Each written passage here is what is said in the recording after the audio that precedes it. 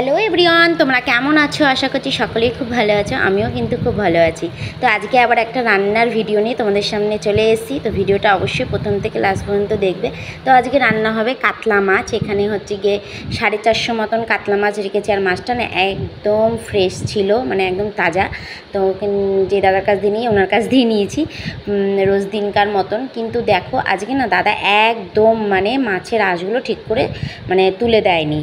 তো এই আঁশ তুলতে গেলে একদম নোকের মধ্যে ঢুকে যাবে আর হচ্ছে গিয়ে মানে পরে ব্যথা হয়, জানো তো। তোমাদের কি এরকম হয় আমার মতন? মানে যে সমস্ত মেয়েরা আছো, সংসারের কাজবাজ করতে হয়, তো নিশ্চয়ই তাদেরও এই প্রবলেমগুলো হয়। তো হ্যাঁ, এখানে দেখতেই পাচ্ছ আমি মাছটা ধুয়ে নিচ্ছি। আর হ্যাঁ, মাছ কিন্তু আজকে 6 পিস ছিল। 6 পিস মাছই আমি রান্না করে নেবো, একবারে দুবেলার ঝামেলা মিটে যাবে তাতে। যদিও বা বান্টিবাবু দুপুরবেলায় খায় না, আমি আর আমার মাসি শাশুড়ি খাই। তো হচ্ছে গিয়ে তাতে কি হয়েছে, তাও হচ্ছে 6 পিস রান্না করে নেব। আর হ্যাঁ, এই ভিডিওটা কিন্তু শুক্রবারের ভিডিও। তো আমার মানে এডিটিং করতে আর হচ্ছে গিয়ে মানে পোস্ট করতে একটু লেট হলো। তো তার জন্য কিছু মনে করো না তোমরা। আর হচ্ছে গিয়ে এত গরম পড়েছে না, ওই জন্য মানে রোজ দিন ভিডিও আমি আপলোডও করতে পারছি না, ভীষণ গরমে অসুবিধা হচ্ছে। আর যে মাছটা আমি যেহেতু দেখলাম যে একদম তাজা, তো আমি ভালো করে ধুয়ে নিয়ে এর মধ্যে হচ্ছে কি লবণ, লঙ্কা, হলুদ, মানে লঙ্কার গুঁড়ো আর কি মাখিয়ে রেখে দিলাম। এবার হচ্ছে কি যা দিয়ে রান্না করব, মানে একটা মিডিয়াম সাইজের আলু নিয়েছি আর হচ্ছে 3 পিস ঝিঙে দিয়ে আলু দিয়ে একদম একটু গামাখা টাইপের, গামাখা ঠিক নয়, মিডিয়াম ঝোল টাইপের রান্নাটা করব। তো এখানে আমি দেখতেই পাচ্ছ সব কেটে কুটে ধুয়ে গুছিয়ে নিয়েছি কটা কাঁচা লঙ্কা আর লঙ্কার গুঁড়ো, জিরের গুঁড়ো হচ্ছে গিয়ে যে কাচের বাটির মধ্যে একটু ভিজিয়ে রাখছি। জিরে বাটতে না আমার বড্ড অলস লাগে, জানো তো। আর যেহেতু সিলে বাটতে হচ্ছে, মিক্সার মেশিনটা একটু প্রবলেম রয়েছে, ওই জন্য মানে আরও বেশি বিরক্ত লাগে। তো এখানে আর নিয়েছি কাঁচা লঙ্কা আর হচ্ছে গিয়ে আদা, ওটা আমি শিলে বেটে নেবো, এটা বাটতে খুব একটা অসুবিধা হয় না। আর ফোড়নের জন্য সাদা জিরা, তেজপাতা। তো চলো, এদিকে কড়াইটা বসিয়েও দিয়েছি আর তেলটা গরমও হয়ে গেছে। 3 পিস করে মাছটা আগে আমি লাল লাল করে ভেজে নেবো। তো মাছটা ভাজতে তোমাদেরকে মানে একটা কথা জিজ্ঞাসা করি, তোমরা হচ্ছে গিয়ে মানে কে কোথা থেকে আমার ভিডিওটা দেখছো বা আমার ভিডিওগুলো কীরকম লাগে আমাকে কিন্তু অবশ্যই কমেন্ট করে জানাবে।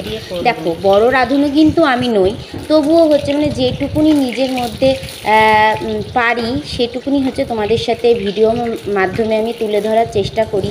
খুব বিজ্ঞ বা প্রতিভা সম্পূর্ণ আমি নই, তবুও চেষ্টা করি তোমাদের সাথে একটু ভালো কিছু হচ্ছে গিয়ে শেয়ার করতে।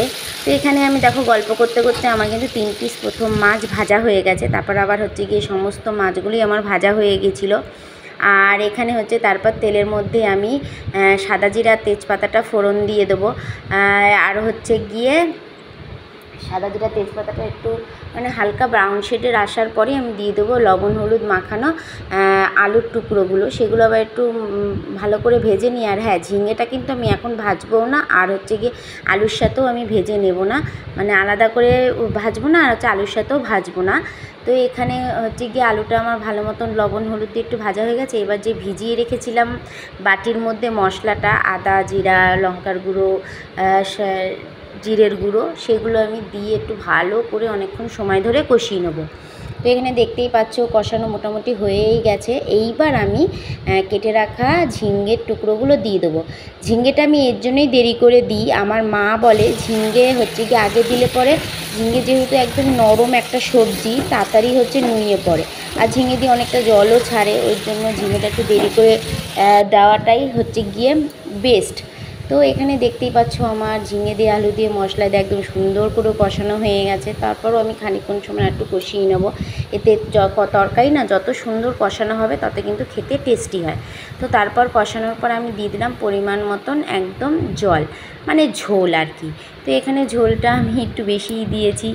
আমরা না মানে একটু ঝোল মাছ তরকারি খেতে, তারপর ধরো মানে অ্যাকচুয়ালি আমরা দেখতে 2-3জন মানুষ, কিন্তু আমাদের তরকারিটা একটু মানে বেশিই হয় রান্না, কেন কি আমরা ভাতের তুলনায় তরকারিটা একটু বেশি খাই। এবার হচ্ছে গিয়ে দেখতেই পাচ্ছ এবার ঢাকা দিয়ে আমি একটু ঢেকে নেব খানিকক্ষণ সময়, যতক্ষণ না ফুটছে, ঠিক আছে। তো এবার হচ্ছে গিয়ে ঢাকাটা দেওয়ার পর আমি খানিকক্ষণ সময় ঢেকে রেখে দিয়েছিলাম। তো এবার ঝোলটা ফুটে গেছে। এবার ঝোলের মধ্যে আমি দেখে নিলাম যে আলুটা কতটা সেদ্ধ হয়েছে কি না। তারপর আমি ফোটা ঝোলের মধ্যে দিয়ে দেব ভেজে রাখা মাছের পিসগুলো। আর আজকে কিন্তু লেজাটা আমিই খাবো, কেন কি আমি রুই কাতলা মাছ হোক বা ইলিশ মাছ হোক, লেজা খেতে না আমি বড্ড ভালোবাসি, আর মাথাও খেতে কিন্তু আমি খুব ভালোবাসি। আর হচ্ছে কি তোমরা মাছের কোন পিসটা খেতে ভালোবাসো আমাকে কিন্তু অবশ্যই কমেন্ট করে জানাবে, ঠিক আছে। তো এখানে আমার ঝোলটাও ফুটে গেছে, মাছ দেওয়াও হয়ে গিয়েছিলো, আর এখানে আলু টালু সব সেদ্ধ হয়ে গেছে। এবার হচ্ছে গিয়ে নামিয়ে নেওয়ার পালা। তো তোমরা ভিডিওটা অবশ্যই কিন্তু প্রথম থেকে লাস্ট পর্যন্ত দেখবে, একটা লাইক করবে, কমেন্ট করবে, শেয়ার করবে। তো তরকারিটা আমার হয়ে গেছে, দেখতেই পাচ্ছ। এবার আমি নামিয়ে নিলাম। তারপর তোমাদের কীরকম লাগলো আমার রান্নাটা বা ঝিঙে দিয়ে আলু মাছের ঝোলটা, সেটা কিন্তু আমাকে অবশ্যই কমেন্ট করে জানাবে। আর হ্যাঁ, যেহেতু প্রচণ্ড গরম পড়েছে আর ঝিঙ্গে দিয়ে মাছের ঝোল করেছে, ওই জন্য একটু বান্টিবাবুর জন্য আগে তুলে রাখছি, যদিও বা ফ্রিজ আছে কিন্তু তাও একটু তুলে রাখছি এই কারণে, নাহলে কি হয় এখন যেহেতু গরম পড়েছে, গরমে কিন্তু তরকারি নষ্ট হয়ে যাওয়ার ভীষণ ভয় থাকে। তো এখানে আমার সব কমপ্লিট হয়ে গেছে। তোমরা ভিডিওটা অবশ্যই দেখবে, লাইক কমেন্ট করবে, আর পারলে না একটু শেয়ার করে দিও। তো টাটা।